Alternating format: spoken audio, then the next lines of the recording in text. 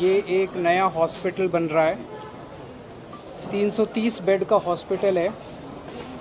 इस तरह के 7 हॉस्पिटल्स पूरी दिल्ली के अंदर बनाने हम लोगों ने कोरोना के टाइम में शुरू किए थे।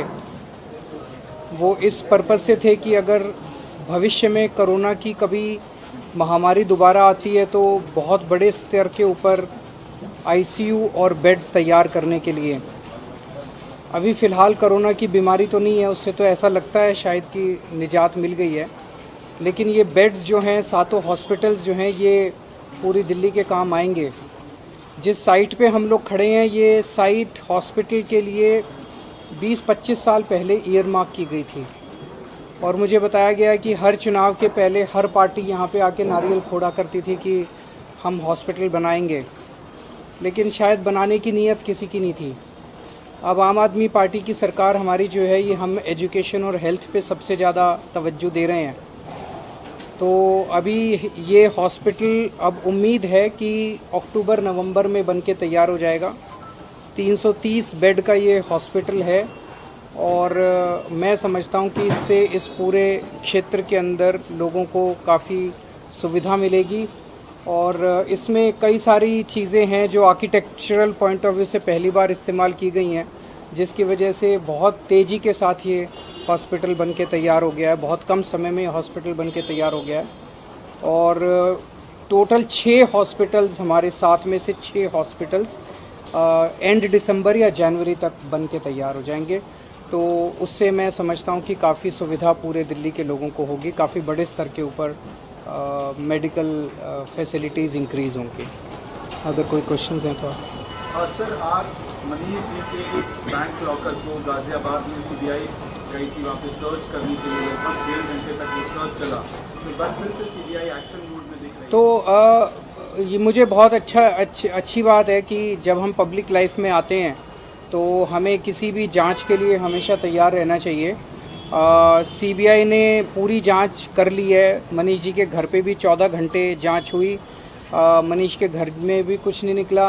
मनीष जी से 6-7 घंटे तक गहन पूछताछ की सीबीआई ने और जितने प्रश्न पूछे सब प्रश्नों के संतुष्टिपूर्वक जवाब दिए।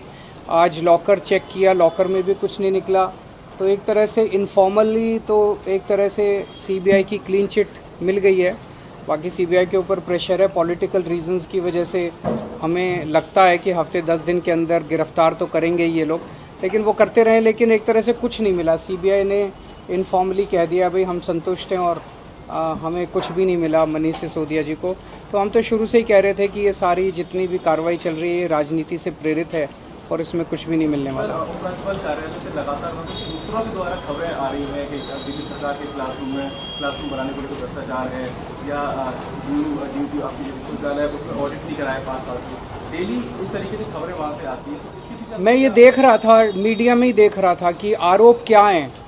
आरोप ये हैं कि भाई इन्होंने सरकारी स्कूल इतने ज़्यादा क्यों बनाए। तो भाई ज़्यादा बनाए तो अच्छी बात है, देश के लिए अच्छी बात है, गरीबों के बच्चे पढ़ेंगे। फिर कह रहे हैं इन्होंने स्कूलों के अंदर इतने ज़्यादा क्लासरूम क्यों बनाए।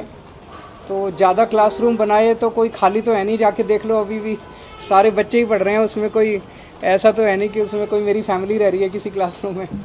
फिर कह रहे हैं कि वहाँ पे टॉयलेट क्यों बनाए इतने ज़्यादा। तो टॉयलेट बनाए भाई, हमारी बच्चियाँ बेटियाँ वहाँ पे तकलीफ़ ना हो, किसी को बच्चों को तकलीफ़ ना हो, टॉयलेट्स बनाए। फिर ये कह रहे हैं भाई क्लासरूम्स के अंदर इतने महंगे महंगे इक्विपमेंट लेने की क्या जरूरत थी, डिजिटल बोर्ड लगाने की क्या जरूरत थी, इतने शानदार डेस्क बनाने की क्या जरूरत थी। गरीबों के ही तो बच्चे आते हैं, वो सस्ते में पढ़ लेते। तो हम तो अपने गरीबों के, अमीरों के, सबके बच्चों को अच्छी शिक्षा देना चाहते हैं। हमें तो लगता नहीं हमने कोई गलत काम किया है। अच्छी शिक्षा देना चाहते हैं, सब बच्चों को अच्छी शिक्षा देना चाहते हैं। अमीरों के बच्चों को भी वैसी शिक्षा मिले, गरीबों के बच्चों को भी वैसी शिक्षा मिले।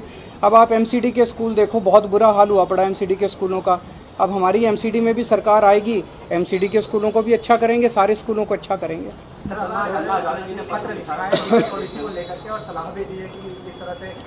देखो, जब भी इनके पास ये कुछ कहते हैं और जब जनता इनकी सुनती नहीं है तो फिर ये किसी को सामने लाते हैं। जैसे पंजाब के चुनाव के पहले इन्होंने कहा केजरीवाल आतंकवादी है, तो जनता हंसने लगी इनकी बातों पे। तो फिर इन्होंने कुमार विश्वास को आगे किया, बोले कुमार विश्वास से कहलवाया।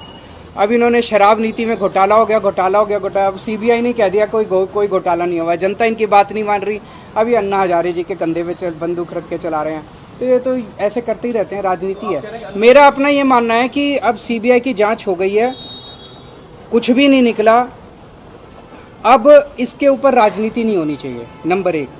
नंबर 2, जो दिल्ली के अंदर 20-20 करोड़ रुपए देके ये एमएलए खरीदना चाहते थे, उसकी जांच होनी चाहिए। जब हम जांच से नहीं भागे, हमें जांच से डर नहीं लगता क्योंकि हमने कोई गलत काम किया ही नहीं, तो ये जांच से क्यों भाग रहे हैं? उसकी भी तो जांच होनी चाहिए ना भाई। 20-20 करोड़ रुपए में 40 एमएलए खरीदना चाह रहे थे, 800 करोड़ रुपए इन्होंने रख रखे थे, उसकी जांच से क्यों भाग रहे हैं? उसकी जांच क्यों नहीं करा रहे?